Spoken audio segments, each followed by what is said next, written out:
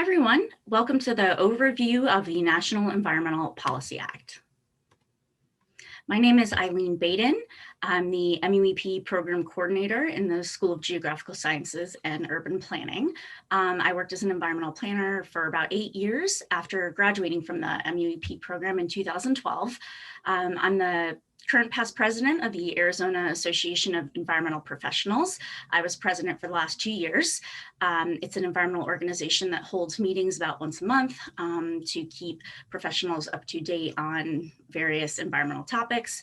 I also have my undergraduate degree in economics from Virginia Tech, and I did a minor in environmental policy and planning and international studies. So some of the learning objectives for today, I just want to do a very general overview of the National Environmental Policy Act and tell you guys a little bit about my experience working as an environmental planner, mostly doing compliance with the National Environmental Policy Act. We'll go over the difference of the 3 levels of environmental reporting as part of NEPA. And we will also discuss how you can identify projects that may need to comply with NEPA, and also really think about those environmental planning principles behind protecting environmental resources. Even if NEPA didn't apply, you could still think about some of the environmental topics related to NEPA and still try to protect those environmental resources.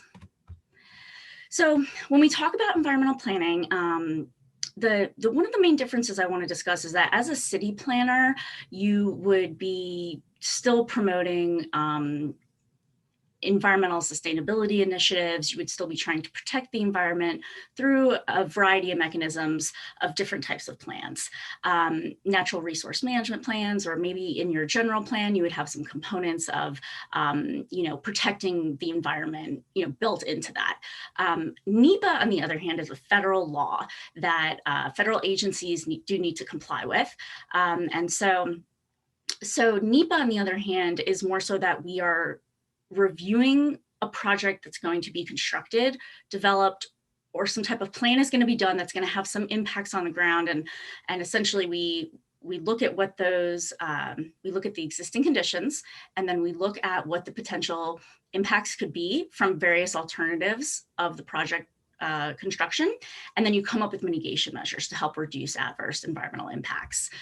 So there are some similarities, but there's also some differences. So just note that really when I talk about NEPA, that's going to be compliance with a federal law. When you think about environmental planning, you can still think about protecting the environment through a wide variety of mechanisms as an urban planner. So really, the environmental movement got started, I'd say approximately in the 60s. Rachel Carson started, her book Silent Spring became very popular and was published in 1962. And she spoke about the excessive use of pesticides and herbicides on agricultural fields and how they were leaking into the groundwater, and also just how they were polluting the environment. So there were many situations where, for example, in the book, she talks about many people drove up to Maine and Vermont to go look at the leaves changing color, and really those scenic byways were really important for people to go visit and see. That's something that they had really looked forward to every year. Well, this year in particular, there was no more those scenic byways were not the same, because the way that the pesticides and herbicides were sprayed on the right-of-way of the roadways had completely decimated anything that had been there before. There's examples in the book about how somebody was spraying pesticides and then they had some left over, and so they just kind of like let it run out the back of the truck, and then there's serious situations of like cows dying, a situation where basically we were concerned that there'd be a silent spring, that there wouldn't be birds chirping because of all the decimation that was happening of pesticides in these agricultural fields were being carried over to nearby farms, and it wasn't being localized. There wasn't enough protections on the way that these chemicals were being used. So this kind of helped really introduce the public to some of the environmental issues that were happening in this time. So The National Environmental Policy Act that was passed on December 31st of 1969, it actually went into effect on January 1st of 1970. So it's a process-based law, which means that you go through a process. And on the right-hand side with this image, you'll see this is the process. So you determine what is the purpose and the need of the project. You look at the affected environment and some of the constraints you have there. You look at the alternatives. And with those alternatives, you look at the affected environment and you try to determine which would be the environmentally preferred alternative. And also, maybe there is a certain preferred alternative that the agency has, but essentially you look at those alternatives and compare them to the affected environment and see how they each would affect different resources. And essentially you try to, minimize impacts, but honestly, these projects, transportation projects, railroad projects, you're going to have an adverse impact at some point. It's just about trying to minimize them. NEPA does not say you can't build this project. It's just about going through the process and working with the public, which I'm so grateful that they built public involvement into NEPA. That is a huge way that planners can help with NEPA compliance, because we do know so much about the importance of public involvement. So public involvement is huge for NEPA. We usually send public scoping letters for smaller projects, and we'll do public meetings for larger projects. And as I mentioned, we come up with mitigation to help reduce adverse environmental impacts.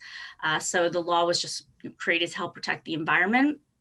And basically because of just a lot of really adverse environmental and human health effects that have been felt from various nuclear, industrial, and oil-related disasters as well.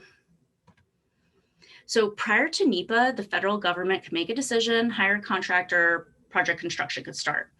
They were not required to review or consider any adverse environmental impacts. So under NEPA, federal government agencies must look before they leap. So now they have to just consider what that impact might be on the environment prior to construction. It doesn't mean they can't leap. It doesn't mean they can't do the work. It's just that they have to look at it, and we need to identify what some of the concerns could be. So NEPA applies to any projects, whether it's federal funding, federal land, that's called the federal nexus, and local governments sometimes do need to comply with NEPA if they're accepting federal funds on a project. So from the EPA's website, NEPA requires that federal agencies assess the environmental effects of their proposed actions prior to making decisions. Making decisions could include on permit applications, adopting federal land management actions. So for example, I worked on a wildfire management environmental assessment, wildfire. And basically with that is what we did was we had to look at all the different types of effects and impacts they could have with different fire management strategies. And so essentially what we looked at was the actions that could take place from those fire management strategies.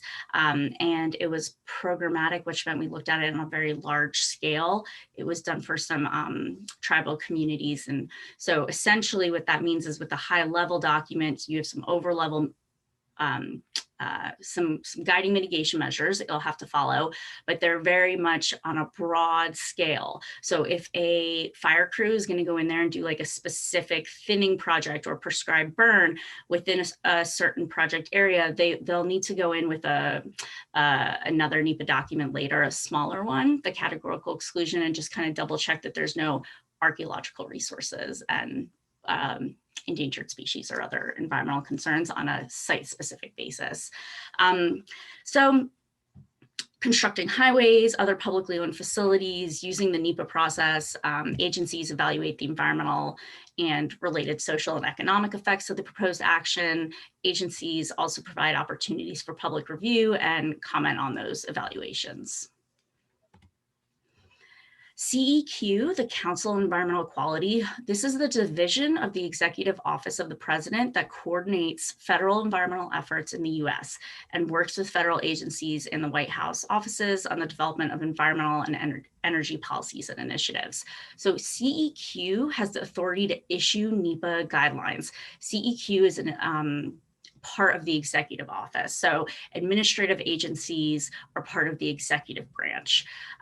So with the National Environmental Policy Act, it's actually a very short, very short law compared to some others. And I highly recommend you all reading it and just having a general understanding. You'll see that it was very well written and that they want to make sure that we help to protect our environment for future generations. And so, but then there's, okay, how do you comply with this law? So administrative agencies, so the Forest Service and other administrative agencies, they'll come up with like NEPA specific guidelines for their agency. So if I was to work with the Forest Service, I would want to know, what are the Forest Service NEPA guidelines in this area? But before you can even get there, that in between step is going to be the NEPA regulations. So it goes the NEPA law, NEPA regulations, which are set by CEQ, and then it'll go down to the administrative agencies and they'll set specific plans and policies in place as well for compliance with NEPA. And that's because they all have different types of work that they do. So the Forest Service might have a different way that they comply with NEPA compared to like the Federal Aviation Administration, because they just do such different work. So CEQ has the authority to issue NEPA guidelines. They do not have the authority to enforce NEPA. That is done by the courts. You only have legal standing to sue on a NEPA project if you comment during the public scoping comment period.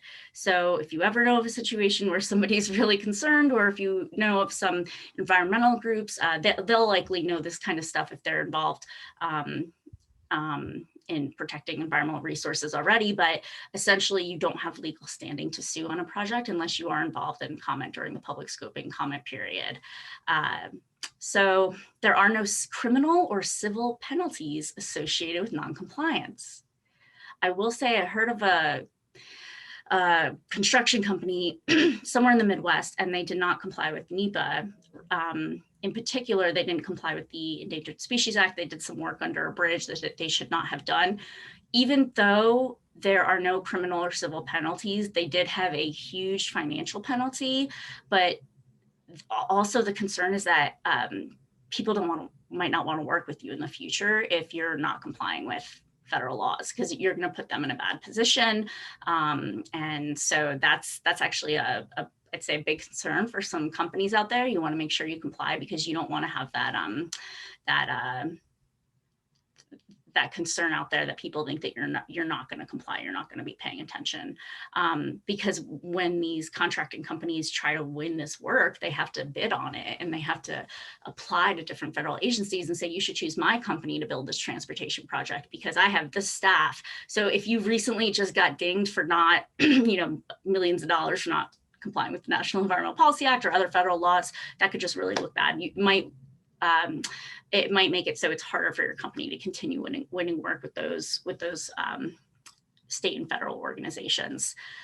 And I say state because if there's federal funds involved for a state project, similar with Arizona Department of Transportation, ADOT actually helps with the NEPA process, even though they're a state agency. And we talked a little bit about legal standing. So there was no NEPA regulations at first. So when NEPA was first passed in 1970, it was just the law. And so there were a rise in complaints in how to comply with the law. So in 1977, President Jimmy Carter issued an executive order to direct the CEQ to issue formal NEPA regulations. Regulations were developed and CEQ's authority was expanded beyond the EIS process to include the entire NEPA process. So the environmental impact statement, that is what they mentioned first in the law, is this project statement, this environmental impact statement. What we now know is the EIS is the most difficult, the most demanding, the most time-consuming environmental reporting level. And it's also, so it's just not needed on some projects where the projects are relatively small, they're not going to have much of an impact. So to help kind of streamline the process, they had come up with a couple additional types of reporting that we'll talk about in a minute. So CEQ implemented formal NEPA regulations through 40 CFR. CFR is the Code of Federal Regulations, 1500 to 1508 in November of 1978. This encouraged agencies to set time limits, stress the need to focus on important issues, and to de-emphasize insignificant ones. And it called for other streamlining methods, such as relying on the scoping process to help agencies identify key issues. So when we talk about scoping, that's about, there's agency scoping, there's public scoping, tribal outreach. And so there's many mechanisms that you can do, but basically scoping, at the beginning of a project, you'll work with an interdisciplinary team, just because there are so many environmental resources in a NEPA report you want to look at. So you'll work with the agency, you'll work with your company, with the team, to say, okay, what are some of the main issues that we see here as environmental concerns, and let's focus on those. Environmental concerns as in the project's going to have an impact on these resources in particular. So that helps to have that discussion early on, because maybe your biologist isn't concerned about threatened endangered species on the project. Maybe they're just concerned about some invasive species, and you can kind of help decide which issues are most important to continue with. And when they talk about scoping, it's also about the public. So what concerns do the public have? Are the public very concerned about employment impacts from the project, for example? Because as we talked about, it's not just environmental, it's social, economic as well. We look at all those impacts. So essentially, the public might say, we are concerned about impacts to recreation sites on this project. So maybe the project team didn't realize that, but through the public scoping process, they're aware now that the public is concerned about recreation, so they may add in that resource to evaluate it in the report. If there's a resource that doesn't exist, like coastal resources, I've never worked on a project on the coast, so that's an environmental resource that we would dismiss from further analysis, because it doesn't exist and there's no impacts on the project. So how do federal agencies carry out NEPA? We talked about the CEQ regulations, and then also that many federal agencies have developed their own NEPA procedures to help supplement the CEQ NEPA regulations. And that's because their mission and their activities vary so much. So this is just an image of the NEPA umbrella. So we talk about NEPA as kind of this overarching environmental law for our country that all these other laws fall underneath it. So there could be a local project that has Endangered Species Act issue, for example, and that local municipality will still need to comply with the Endangered Species Act. NEPA, on the other hand, because it's a process-based law, it's actually this process we go through where we consider all of these other environmental resources as well. Whereas if you just had like an Endangered Species Act issue, then they're not also going to look at Section 106 of the National Historic Preservation Act or floodplain management, right? Whereas if you look at NEPA, you should be looking at all of these environmental resources and thinking about the project as a whole. And so other things that you'll look at is the Clean Air Act, the Clean Water Act. So I worked with a lot of Section 404 specialists. They were helping to maintain compliance with the Clean Water Act when there was a project that was potentially going to impact waters of the US. And that's when construction is happening in a waterway. And what we'd have is we'd have mitigation measures in there. So we had one project where they were building a pedestrian bridge. I'll show you that here soon. And they were able to put the bridge over the whole, like a single span bridge. They didn't actually have to drill into the waterway. So they didn't need to get a Section 404 Clean Water Act permit, but we did put up some fencing around the ordinary high water mark to make sure that the construction workers didn't enter into that waterway.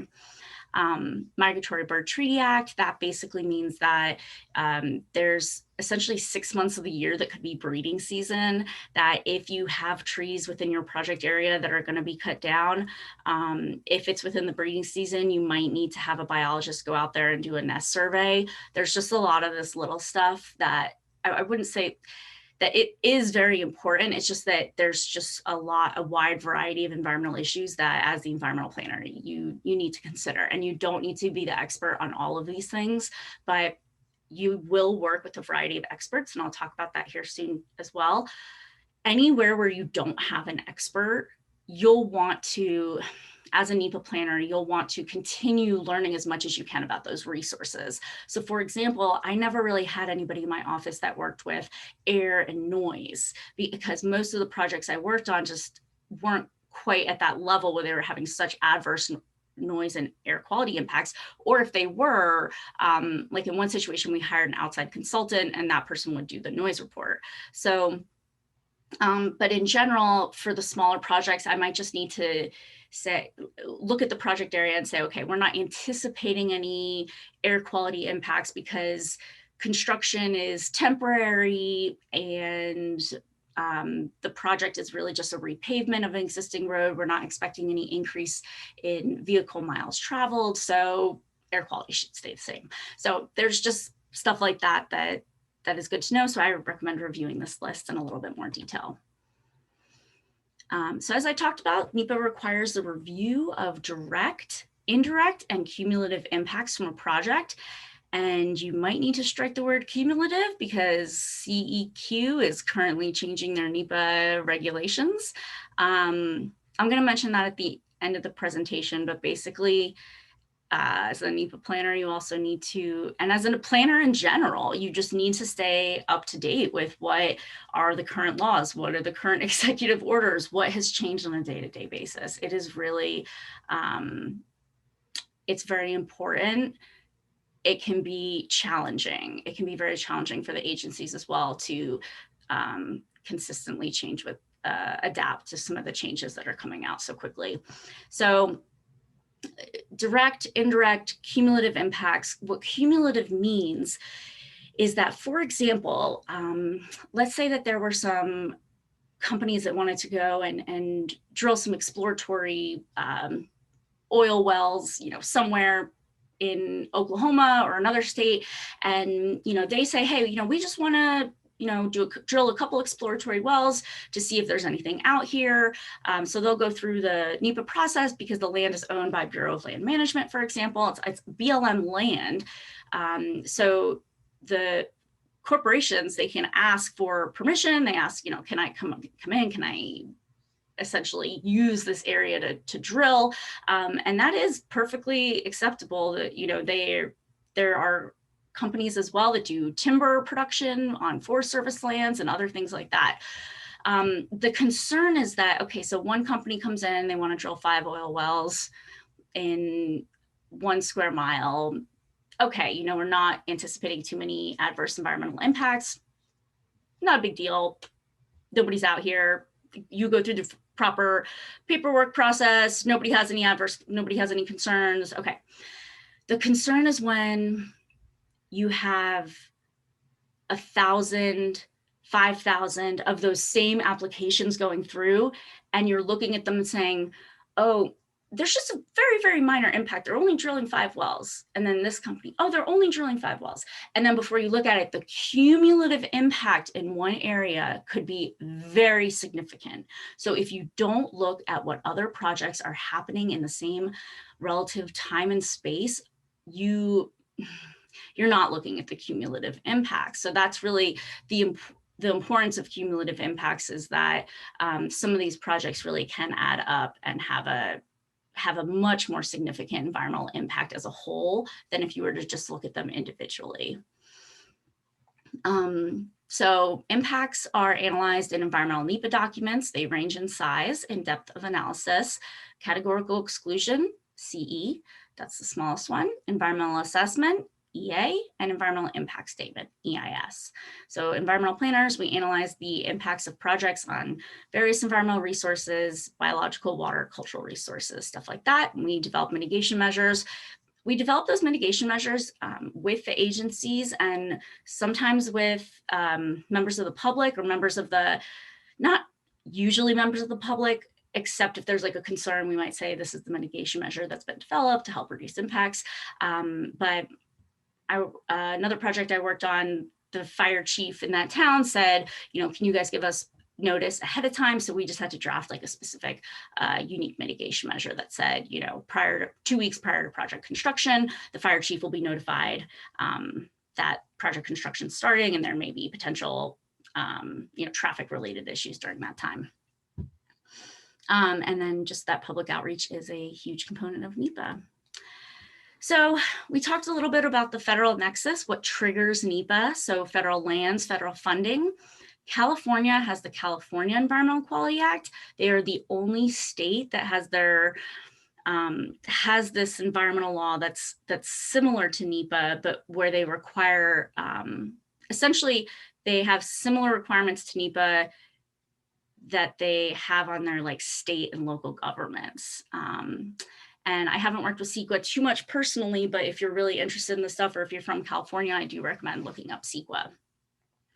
So there's a lead federal agency that is responsible for overseeing the NEPA process based on the impacts related to the federal nexus. So basically the agency that is responsible they're going to be the one who is most responsible. So if you're going to build a bridge over, a river, and the main project is the bridge, it's probably going to be with Department of Transportation, but you'd have to double check. Maybe if it's a dam that they're fixing, under the bridge, and that's the main issue, maybe it's the Army Corps of Engineers. So as soon as I find out that there's a request, for a consulting company to get to assist with the NEPA project, for example, because that's what I did. I was a consultant.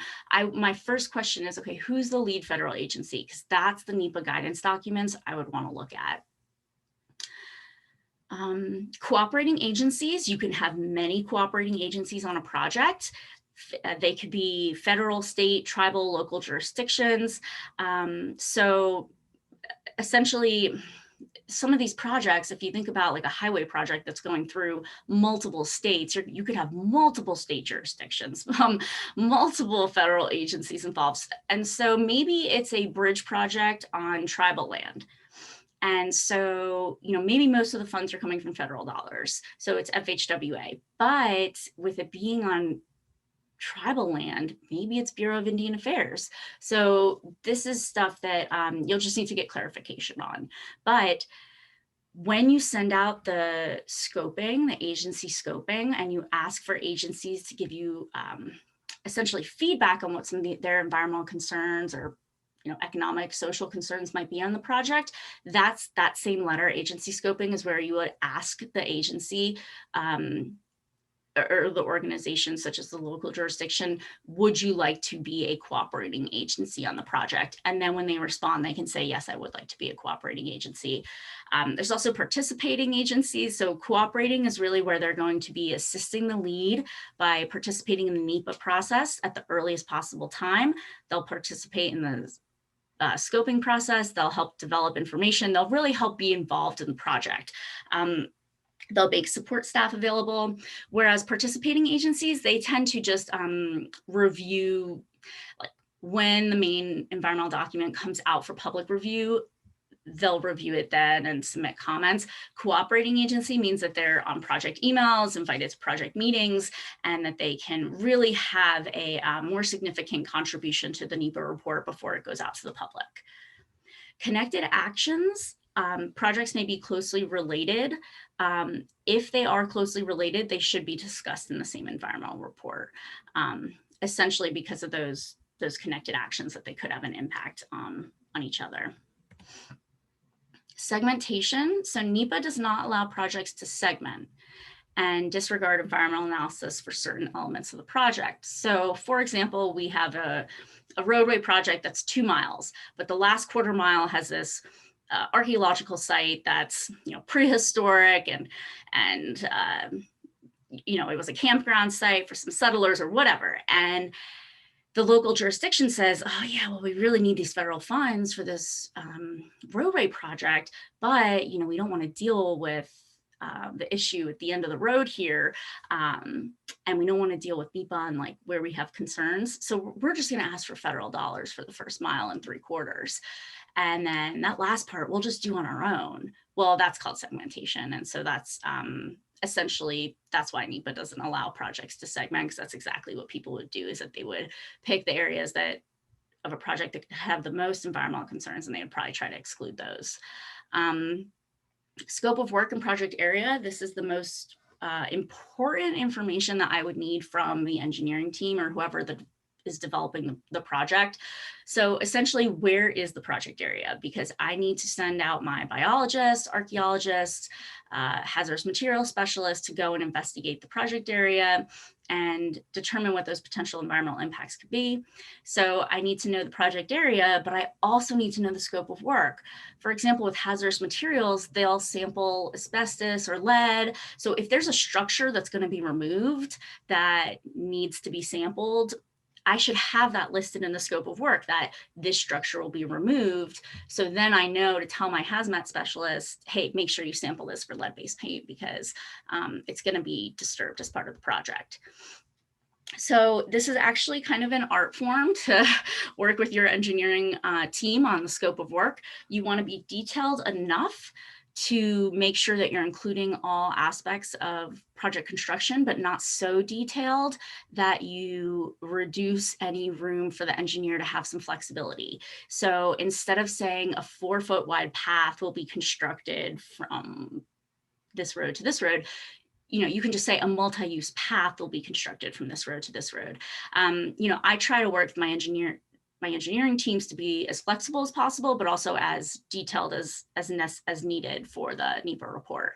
And if you're on the agency side, if you're working for the agency, like as a consultant, I always had to double check with the person at ADOT, like, do you approve of this? Do you confirm with this? So there would be times if you had a certain planner, they might be like, no, I want the specifics, in there. So that's kind of why it's this art form of getting it to a good place where everything's included and clear enough, while still giving the engineers just a little bit of room. Because if you say that the trails or the path's gonna be 4 feet wide, and then it changes to 5 feet because they actually figured out later on they could, make it a little wider. Well, now your scope of work in your biology report, your archaeological report, and your hazmat report are all wrong. And so then you have to revise the report. So it's kind of a little bit of a art form there, but you just want to make sure you're including everything as clearly as you can, again, with still giving some flexibility to the engineering team.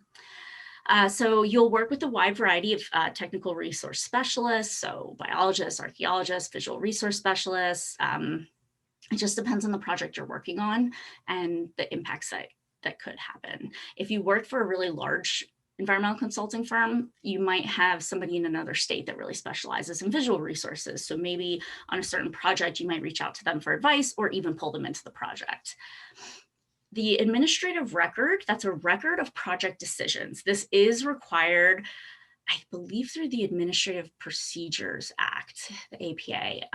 And so basically what that is a record of project decisions that's part of the record. So essentially, I just try to keep all emails with the project, but in particular, what needs to be there is if the biologist at ADOT told me, Eileen, the report is going to be a biological evaluation, not an urban project biological evaluation, which might be much smaller, much more streamlined. No, Eileen, I need the full BE, the full biological evaluation for this report. I should have that email saved, because that is the agency instructing me that's a project decision that they made, that this is the level of biological report that we need to have completed. So it's really important to just have, all your emails saved, and they'll have to be submitted as part of the administrative record. But in particular, you'll want to note those really important emails. So NEPA is applied by various government agencies. So ADOT works on behalf of the Federal Highway Administration, FHWA. We have the Bureau of Land Management, Bureau of Land Management. If you guys don't know, there's a lot of BLM here in the Western United States. There's a lot of dispersed camping areas. I highly recommend checking out the BLM website and seeing what opportunities there might be to go exploring. Same thing with the Forest Service. We're very lucky here in Arizona. We have a very beautiful state, and there's a lot of federal land for us to go exploring. I'm originally from New Jersey, and there wasn't quite as much dispersed camping and public land to go enjoy. So if you're new to Arizona, I highly encourage you check out some of the Forest Service and BLM land by going on the website first and seeing where you can go. The U.S. Department of Agriculture, Federal Aviation Administration, National Park Service, those are a couple more organizations that help to do NEPA compliance on certain projects that they work on. So CE, this is the smallest level of environmental documentation, and this is for really relatively simple projects. The action needs to fit a previously established category.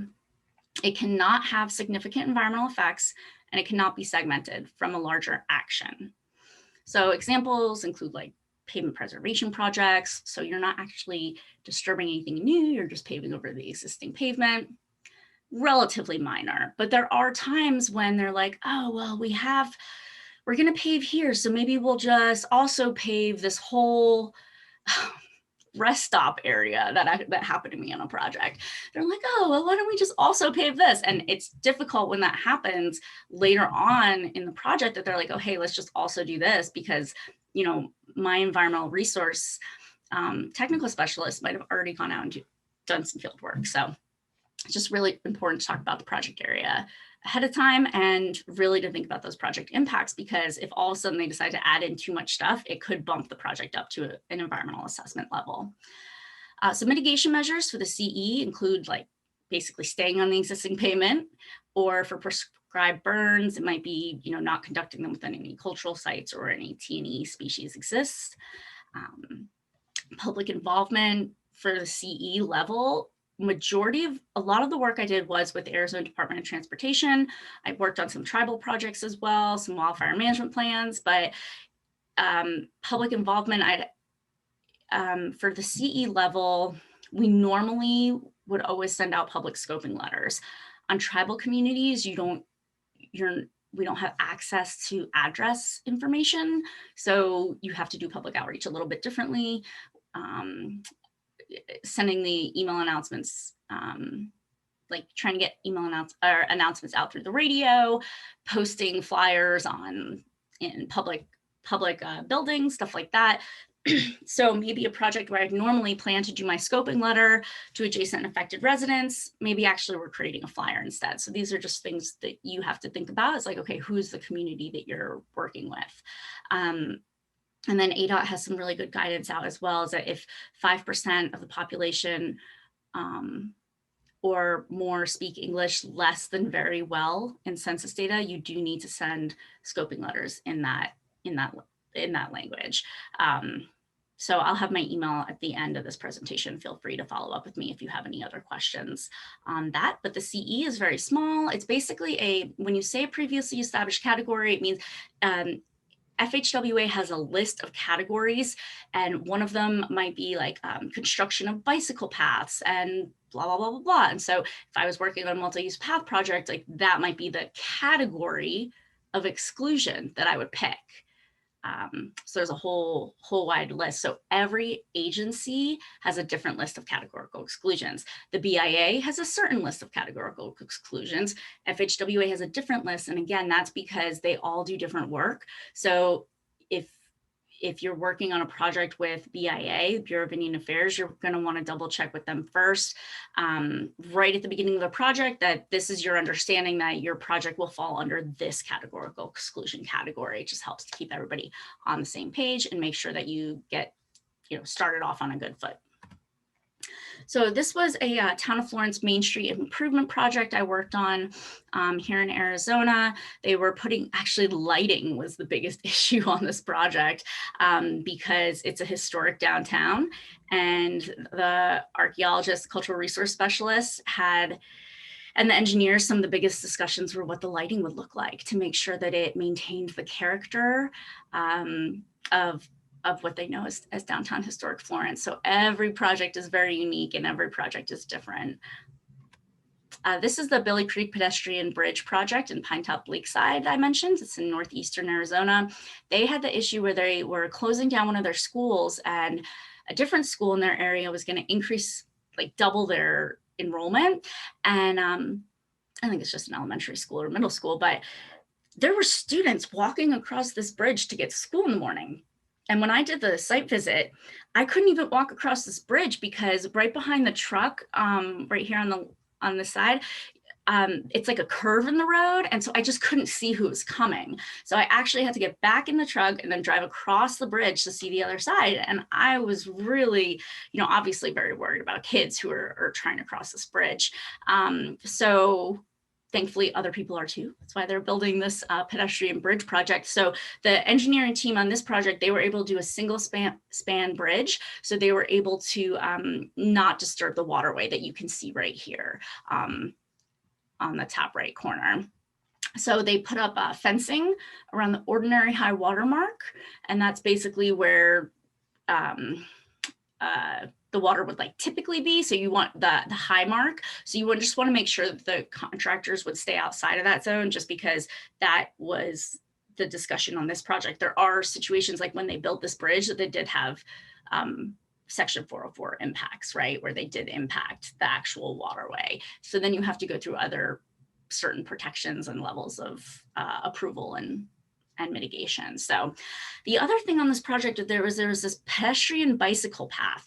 So I won't get into it too much, but there's something called Section 4F of the U.S. Department of Transportation Act of 1966. And so actually the concern was that with all these highway projects and other large, mostly highway projects that they were being built, there was a project somewhere in the South in particular where they bulldozed like through a park so they could build a highway because it looked like the path of least resistance. And that's basically like when Section 4F came to be, because people were just really seeing destruction of their park and recreational facilities for transportation projects.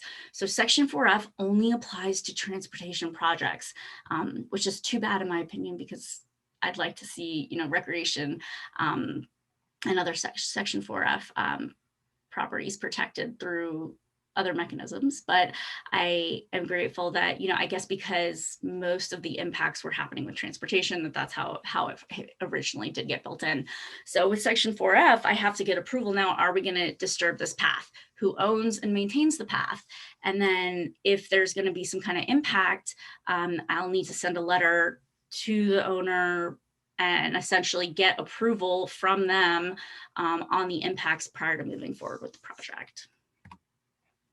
So the EA, the environmental assessment, this is when you're looking at a medium scale project. So maybe a little bit larger project area, and also maybe some more significant impacts than the CE. However, EAs, they have to come to a finding of no significant impact, FONSI. So they have to come to a FONSI, finding of no significant impact on the environment, and the projects have to not be controversial. So if you have a project that's very controversial and you can't get to a FONSI or one or the other, it's going to have to get moved up to the environmental impact statement level.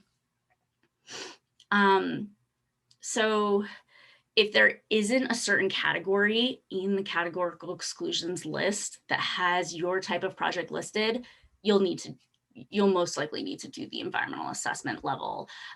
When you talk about the CE, I should have mentioned the CE is more of like a checklist document. You still will do environmental reports associated with the CE, but the final CE is almost more of like a checklist these days. It's a little bit more streamlined.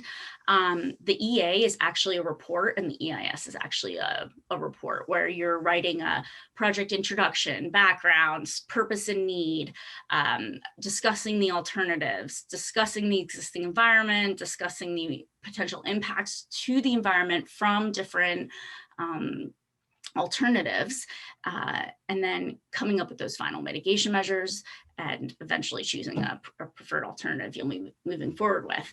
So the CE is more of a checklist. The EA, EIS are going to be full-blown reports. I'd say the CE can be maybe 1 to 20 pages with some attachments. The EA is probably going to be between 20 to 100 pages, and the EIS can be 100 plus more pages, thousands of pages. And the reason it can be thousands of pages is because you can have some really significant environmental impacts, sometimes displacing people, stuff like that. So that's the reason why it can take time to get through some of the analysis. So EAs are much more detailed than CEs, and the wildfire management plan EAs, forest management plan EAs, stuff like that. So mitigation measures are used to reduce impacts on a project to a less than significant level. So it's that, you know, a project may have impacts, but because of mitigation measures, you're going to reduce those impacts to a less than significant level. And that's how you can move forward with a finding of no significant impact. So public involvement for the EA is much more extensive. There's usually at least one public meeting, if not numerous public meetings that occur. Typical document size, you know, 20 to 100 pages is approximately what I would say. It can range. And I would just check out the ePlanning BLM website. I'll give that to you guys at the end as well to kind of see some example NEPA reports. The environmental impact statement, we're talking about serious significant impacts to the environment and or controversial projects. Mitigation measures are used to reduce those impacts. Public outreach is very, very, very extensive here. Numerous public meetings occur, focus group meetings, a public involvement report might be completed. It would be completed for an EIS level, especially for, like, for example, I'll show you a slide in a second that goes over the ADOT, the 202 expansion project, and you'll see some of the additional work they had to do for that. So for the EIS, the typical document size can be hundreds of thousands of pages. As I mentioned, there can be some serious significant impacts. However, there's an executive order 13807 from August 2017 that states that EIS reports can be no more than 150 pages or 300 pages in unusually complex documents. Professionals, from what I've heard, have put a lot of the pages into the appendix, and it's extremely frustrating as a reader when I would go to, like, as a member of the public, to go look at some of these, because they're putting maps in the appendix. They're putting so much stuff in the appendix that there's just a lot to reference to as you read through the report. If all the maps are in the appendix, I'm now having to flip to try to find it, whereas before maybe it was just in the report. So what I've heard is that you know, consultants have to help meet these guidelines, have to help, you know, try to stay under these page limits. But what I'm hearing is from their lawyers, they're being told they still need to include the analysis that's necessary. So a lot of it's just getting moved into the appendix. It can be challenging to kind of navigate the process the best that you can. So basically EISs are just major projects that can really have a diverse range of environmental and social impacts. One of the first projects that they did an EIS for, environmental impact statement for, and this was back in like the early 1970s, and they actually never even moved forward on the project. It was just going to be too destructive, too damaging. And so that's an example where they chose the no action alternative. They said, okay, these impacts are too destructive, so we're going to not move forward with the project. But with NEPA, it doesn't, like, the decision maker can still choose to move forward with the project, even if there are adverse environmental impacts. You can go through this entire EIS process, and there can be a lot of significant public controversy, a lot of environmental concerns, and the project can still move forward. There's nothing in NEPA that says that they have to stop the project because the impacts are so significant. It's up to the final decision maker at the agency who signs off on the final document that would then say, okay, I choose the no action alternative, or we're going to choose the environmentally preferred alternative, or we're not. It just really depends. And I do understand where sometimes you are going to have an impact on the environment because, you know, you can't help it. And we all have an impact on the environment in our daily lives. It's just about trying to minimize those and just trying to be realistic about, you know, especially situations where adverse impacts might be disproportionately felt by certain populations. This is just a quick example of an environmental resources list. I know I've talked about a wide variety of, like this is part of the environmental assessment or EIS report. So this is from the BIA NEPA guidance. If you actually look at BLM list, it's much more extensive, but this one's a little bit more kind of clear cut and to the point. So we'll look at land resources such as topography, soils, geology, paleontological resources or fossils, water resources, how is this project going to impact surface and groundwater, air quality, visibility. Those wildfire management plan EAs I worked on, while I was working on one, there was a situation in Flagstaff where the prescribed burn conditions they were having some challenges, but then they decided to move forward, and then the visibility got so bad, and there was a fatality from a car accident on the highway up there because of the prescribed burn. So there are these impacts that can happen that you might not anticipate. Living resources, wildlife, vegetation. So living resources, I mean, I would depend on my biologist for that. If I have a biologist in my company that I work with, I'm going to really depend on them to be the specialist for living resources. Same thing with cultural resources. I would be depending on my archaeologists. Socioeconomic conditions, that's the planner. That's all me. I, with my background in the MUEP program, I can look up, and do analysis for employment and income, demographic trends, lifestyle and cultural values, community infrastructure. So how is this project going to impact transportation networks in the community? Environmental justice issues. When we talk about resource use patterns, that's a lot of stuff I could look up as well. I might have some input from my biologist on some of these sections, but in general, this is stuff as a planner I could look up what's the existing condition of hunting, fishing, gathering in the area, and how is the project going to impact hunting, fishing, and gathering. Maybe on this project, you're actually going to be taking out a spot where people go to gather a certain plant or something. So you're going to have an adverse impact on a gathering area, collecting area. And, that in turn could also have an impact in the cultural, sacred, and traditional cultural property section as well. So there might be areas where there's a little bit of overlap. And then when you look at recreation areas, that's something I would look at as a planner as well. Transportation networks, land use plans, that's essentially to make sure that the project is in compliance with other land use plans in the area. Other values, are there any wilderness areas? And if you haven't been to any wilderness areas, I recommend Four Peaks isn't too far away. In wilderness areas, you cannot have any equipment that is motorized. So I worked on a project, there was a water pipeline that was disrupted, and the town went in to try to fix the water pipeline, and basically they went in with mechanical equipment in a wilderness area, and then the Forest Service had to stop them, and there were some lawsuits and other stuff like that, because even the Forest Service is not allowed to use motorized equipment in those wilderness areas. Those are really protected for future generations to have somewhere to go that's still wilderness. I recommend looking up the Wilderness Act and looking up wilderness areas online, finding out a little bit more about that. Noise and light, just considering impacts to how is noise levels going to increase? Is light pollution going to increase? Looking at public health and safety, climate change.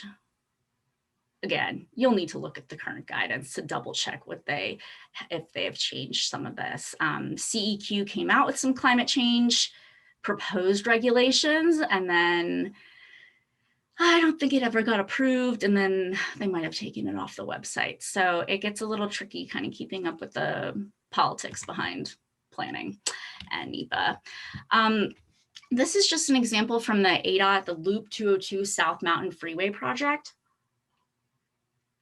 What you'll see here is the draft EIS stage, they did a land use report, social conditions report, environmental justice report, economic impacts report. So there's a lot of like additional reports that went into this project. At the bottom here, you'll see the prime and unique farmland report. And essentially the concern there is that, are we taking out prime farmland from production by just allowing any kind of transportation project to move forward? So prime and unique farmland you'll look at. They also, came up with a visual report, energy report, and Section 4F and Section 6F reports as well. So you'll see there's actually quite a bit. I mean, even just for cultural resources on the left-hand side, you could see they started with a Class 1 overview. That basically means they're just looking at the whole area in general. And then the Class 3 surveys, when they're actually getting out in the field and they're going to walk transects to see, have they found anything? And sometimes they can find evidence of, they can find like sherds and stuff on the ground that can give evidence to maybe something else that's up further underground. Even in areas that have been tilled, like in farmland areas, agricultural fields, there can still be archaeological resources. So that's just come up once before. And yes, they actually do quite often find some archaeological resources in ag fields. So yes, cultural on the left-hand side, you can see they had to do a wide variety of reports here as well.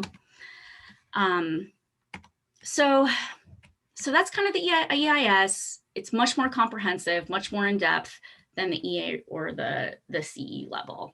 And then you guys might have kind of gotten the gist of this by now, but basically as the environmental planner, I also served as the project manager. So I was really, tasked with managing the biologists, archaeologists, hazardous material specialists, any other specialists in the project, making sure that they have the most updated scope of work. If maybe I communicated with the engineering team and they updated something recently, that I pass that along to my team, that I double checked with them when they're going to go out and do the field work, that maybe if, so I essentially had to make sure that I just worked as a project manager, basically, to make sure we were meeting the timelines that we needed to. I was the main person that communicated with the project engineer, the developer, and the federal agencies. I also communicated with members of the public for public outreach. So when I worked with the engineer, developers, and the agencies, mostly I really worked with them throughout the whole project process, but in the beginning, I would really work with the project engineer to make sure we had a good scope of work for the project activities being conducted and that we determined the full project area. The concern in the past has been that sometimes the engineering firm understood the project area to be like, well, just where work activities were occurring. And they might just think, okay, well, we're just going to do this transportation, this improvement project from milepost 5 to 6, and that's it. That's all that the environmental team needs to know about. But actually, maybe they're going to do some ground, put in some signs for traffic control, and they're going to be ground disturbing signs, and they're going to go 4 miles in each direction. Ground disturbance means that it needs to be included as part of the project area. This got missed quite often. It was very frustrating on a few projects. But yes, traffic control activities, if ground disturbing, if they're going to put traffic control signs on those like springboards, then that's not ground disturbing. They don't need to include that in the project area. But any kind of like staging, stockpiling, detour routes, anything, borrow pits, stuff like that needs to be in the project area. In particular, traffic control, because if you're going to reroute, people normally drive on this road, but instead you're going to have them go a detour route. Well, now all the people along that detour route need to be sent public scoping letters because they're now part of the project area. They're going to see an increase in traffic along their road that they're not used to, potential short-term impacts to air quality, probably negligible, but in general, the most important thing is that you have to send public scoping letters along that detour route.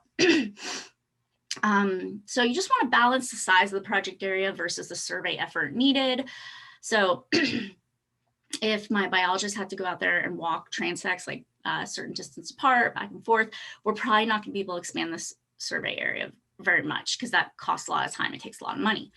But I worked on a project in Buckeye where we were building a multi-use path, and the engineer thought that the path was going to be on this side of the road, but the thing is, our biologist was just doing a drive-by survey because it was in developed area that there wasn't much, there was like no native vegetation. It was completely disturbed. So since they were just doing like a drive-by, I worked with the project engineering team to include both the west side, so from the road, the west side and the east side, both sides, to get the sidewalk covered in case they had to move the sidewalk. So essentially, in times when you can be flexible and expand the project area, try to do that if you can. And it's very difficult to change the scope of work in the project area after the field work has been completed and the reports are completed. There are times when if the scope of work or the project area changes enough and we have to go back out and do field work, then a budget modification would be needed. Budget modifications can take 6 months or more through ADOT. So you're really talking about a significant time impact there. So that's why I just, kind of staying on top of this stuff and just having good communication with your team, both internally and externally, is really important through the whole project process. So the project purpose and need, so you'll write the project purpose and need statement, identifying it is really important. So why is it being conducted? What's the need? You'll attend the kickoff meeting. So as the environmental planner, I would attend the kickoff meeting with the rest of the project team. Mostly, I was the only person from my firm to go to the kickoff meeting as the environmental planner. If there were known significant cultural issues or biological issues or other issues, I would bring a resource specialist with me. But usually I would be the only person to go. So I would try to conduct a site visit before the meeting, just so I have a general idea, like maybe the project's in Yuma and I have never seen it before and I have a meeting. So I'll go down early and I'll try to see what the general project area looks like. And that's because if I see any concerns, I want to bring it up at the kickoff meeting. It's a fine balance about, trying to make sure that we're proactive and, right from the beginning. But I think part of being proactive is looking at concerns and identifying them with your project team and, getting on the same page early on so you can work through those issues early instead of, a year into the project. So there was one project where I attended the kickoff meeting and I was new on the project and I had not put together the proposal. And so I went down to do the site visit for the kickoff meeting, and I realized that there's a path that exists adjacent to the road that we were going to be widening, and our original environmental planner didn't see it on Google Maps or Google Earth when she was doing the proposal process, because there was just so many trees and so much vegetation in the area that if you look on Google Earth, it's just like all green trees. And actually on that same project, our archaeologists couldn't do a full survey because the vegetation was just so thick in some parts of the project. So anyways, because there was a path that existed that they were going to impact, we had to do a budget modification and cover Section 4F consultation. And what the engineering team had to do was come up with an alternative to, you essentially have to, if you're going to impact a Section 4F resource, such as a path, you have to replace it in kind. So they did have to replace the path in that situation. And sometimes you can't help it, budget modifications needed, but the more you can do to make sure you reduce those types of situations, that's the best case situation. So we talked a little bit about technical resources. So sometimes we would look at doing desktop studies. I personally did a lot of more desktop studies than field visits, mostly just because I did a lot of research online about, I have to look at census data to do my socioeconomic demographic analysis. So really I did a lot of, really the only time I went in the field was usually for that first kickoff meeting. What I would try to do is take lots of extra pictures. So if there's a bridge, go under the bridge, take lots of pictures. And then I'll bring it back and show my biologist and talk to my project team. This is what I found out. This is what we're doing. And, kind of give my biologist a heads up, like this is what it looks like under the bridge, because they might see a concern there. And then they're more aware, okay, this is going to take us a little bit more time than we thought. I'll plan to go for a longer day. I mean, it's just nice to have that kind of good communication with your project team.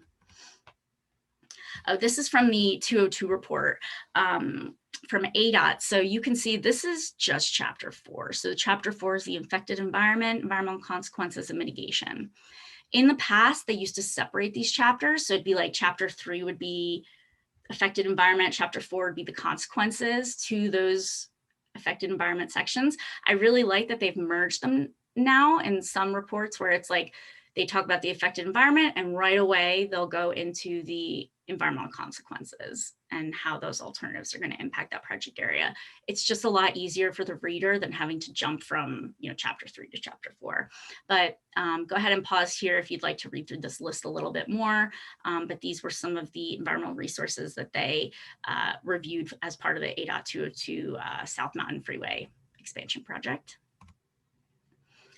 So cultural resources, I worked with a lot of archaeologists. They mostly focus on complying with Section 106 of the National Historic Preservation Act. And this is basically where federal agencies take into account the effects of their undertakings on historic properties and afford the Advisory Council on Historic Preservation an opportunity to comment. This does, compliance with Section 106 does require consultation with Native American tribes, even if projects do not occur on tribal land. And that's because, for example, I believe the Hopi tribe claims ancestral ties to the entire state of Arizona. So even though it's not, a project may not be within their tribal boundaries of a reservation, they might still have traditional cultural properties, TCPs in the area, or other areas that are still important and significant areas for tribes outside of their reservation boundaries. So consultation with tribes is very, very important. So a cultural survey and report is completed, and then they prepare the consultation letter, and the consultation letter has the report attached. So then the consultation letter is sent to various stakeholders. It's protected information though. It's like, I've even had challenges sharing cultural data with engineering firms because it's just very sensitive information. Essentially, you just don't want the public to find out where protected archaeological sites might be. So just something to be aware of to really protect that information and double check to get approval before you share any kind of cultural information with anybody. A project cannot move forward without completing cultural consultation. Cultural resource specialists also do historic building surveys, and they also look at impacts of like how a project would impact the view shed surrounding historic buildings. And Section 4F also applies to historic properties. So here are just some examples of some archaeological resources here in Arizona. We just have some petroglyphs here on the right-hand side, and on the left we have Agua Fria National Monument, cliff dwelling there. Wupaki National Monument is located in northeastern Arizona. I highly recommend going if you can. It's a really nice drive to get to Wupaki. So if you have any family members that maybe have a little bit more challenges hiking, this is a really great place to go explore.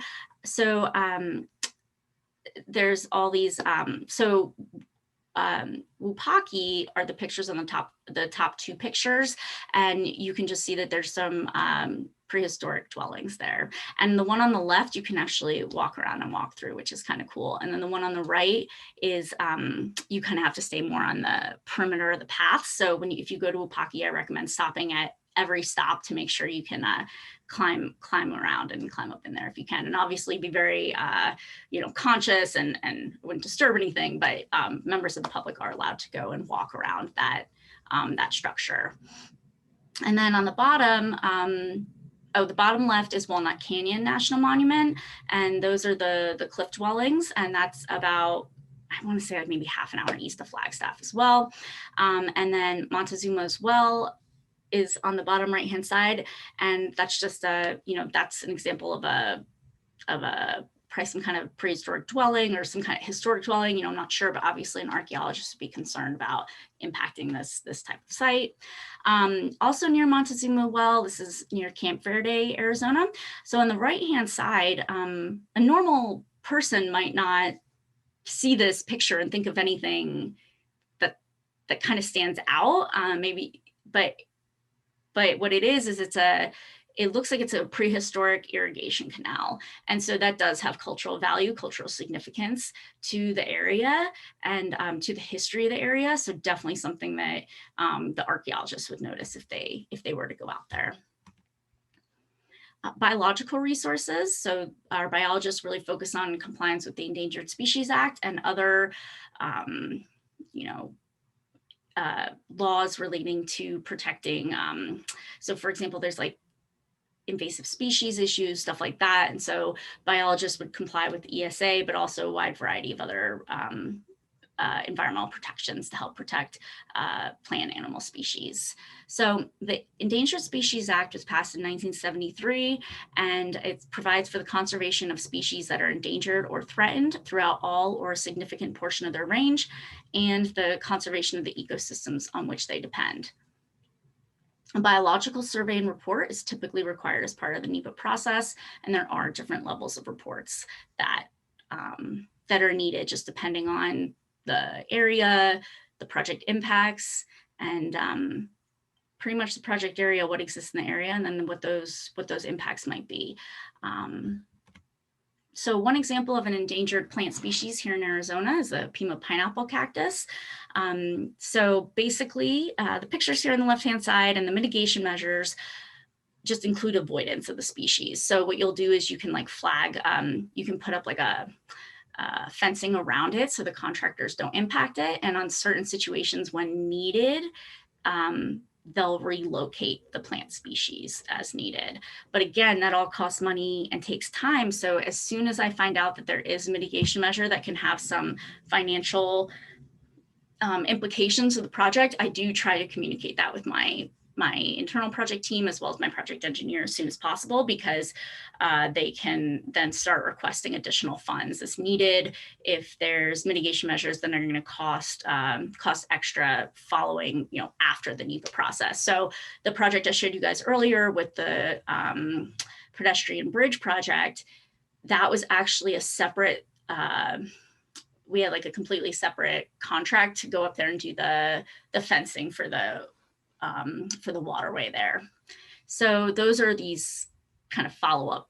Usually the environment planners, once the NEPA report's done, we are not involved anymore. The engineering team, however, like the design team, they'll sometimes stay on for that like post-design construction monitoring. So like if they're needed as a resource specialist, they're there. Sometimes I wish that we were held on just a little bit longer if there were any questions, but when you develop good relationships with people, especially with the engineers you work with, I have found that they will call me up if they see that there's concerns, that they know that they want to make sure that they're doing compliance where they need to, and they know that I feel the same way, but that I'm going to try to, help them where I can. So it's really nice though, if you can build up some good relationships with your team that, that they feel comfortable calling you early in the process instead of maybe 6 months later when something's happened already and then there's a challenge or an issue. So really building good relationships with your team is very critical.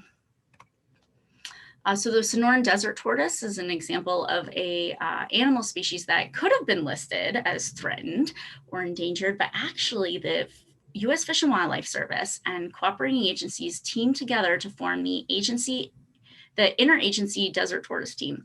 And so they created this candidate conservation agreement for the Sonoran desert tortoise here in Arizona. And what's really cool about this is that they came together and they said, okay, if this species gets listed as threatened or endangered, there's going to be a lot more work that they're going to need to do on these projects. So essentially, because they were concerned about the additional, if you have an impact to a threatened or endangered species, you have to go through either informal or formal consultation with the U.S. Fish and Wildlife Service, and that can take 6 months to a year or more.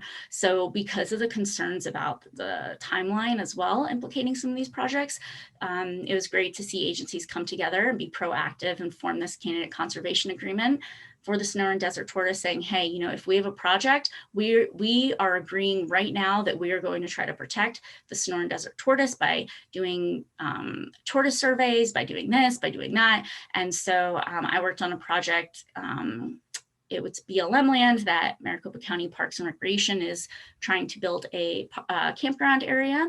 And they were very proactive at the first meeting about, doing the tortoise surveys and trying to really make sure they didn't impact areas where Sonoran desert tortoise were known to exist. So onto hazardous materials. Hazardous materials are, it's just another component of the NEPA analysis process. So in particular, with the work I did with ADOT, we would do a preliminary initial site assessment. So that's called a PISA, and that's basically just going out there and doing, just seeing if there's any like oil staining. Are there any potential hazmat concerns in the area? Are there any, they'll do like a database report to see if any known hazmat sites or issues have existed previously, and then they'll sample asbestos or lead as needed for the project. So the asbestos is sampled in concrete structures, and lead-based paint is sampled from the roadway, striping, from signs, bridges, cattle guards, stuff like that.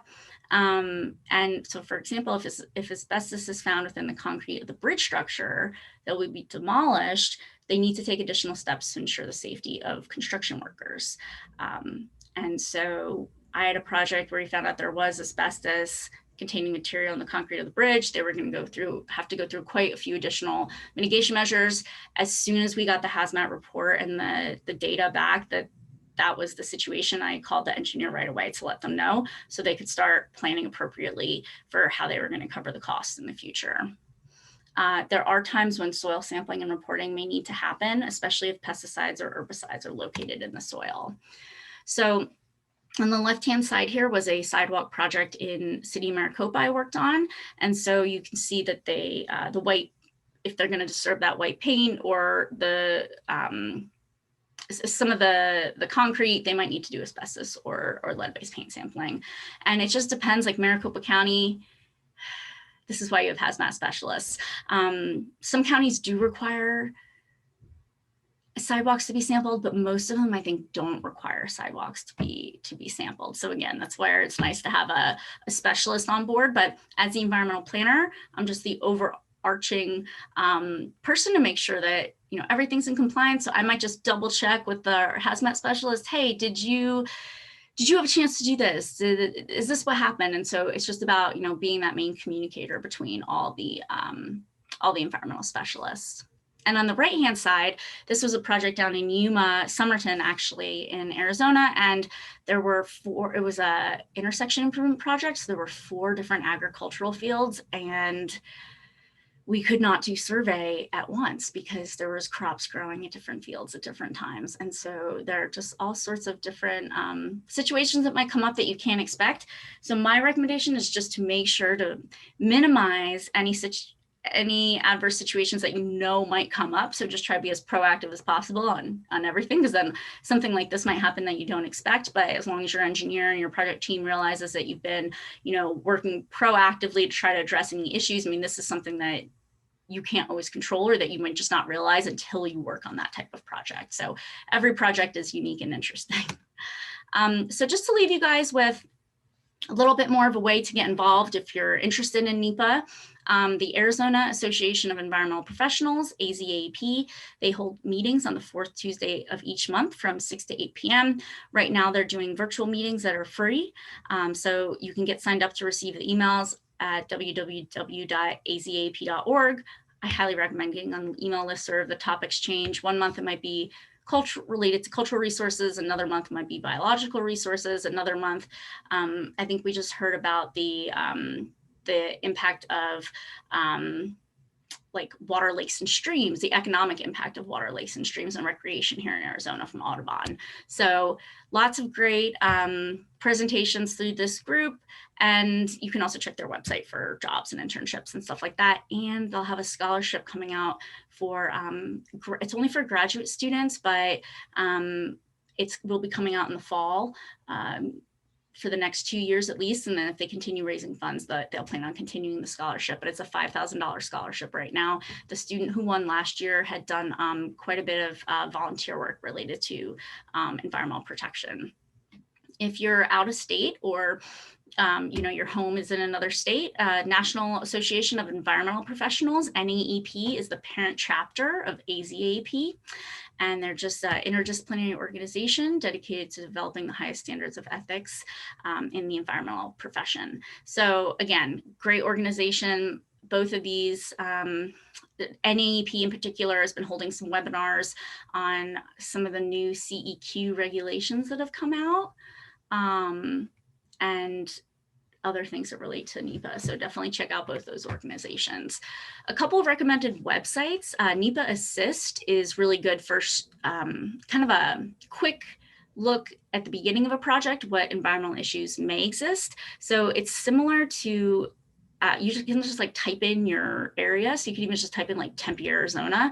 And then on the right-hand side, you can just click like, yes, I want to see floodplain maps. And yes, I want to see, are there any invasive species or whatever. And there's like a whole list of environmental resources that they have data on. And so you can just do a very quick overview on what potential environmental concerns might exist in the area.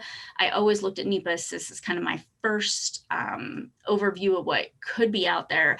And then as the environmental planner, I have to actually do the research and investigation to say, okay, was this website accurate? And essentially find those additional sources that I need to just make sure NEPA Assist is kind of more of your first look, but you'll have to go do the research at the actual like FEMA floodplain maps to get that data.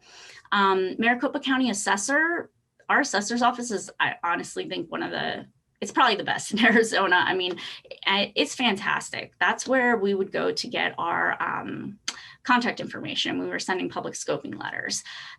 Also a great resource if you're interested in buying a house and you want to know a little bit more information about that house. You can type in the property number and find out like more about the square footage. There might be a little bit more data on there. So really great resource.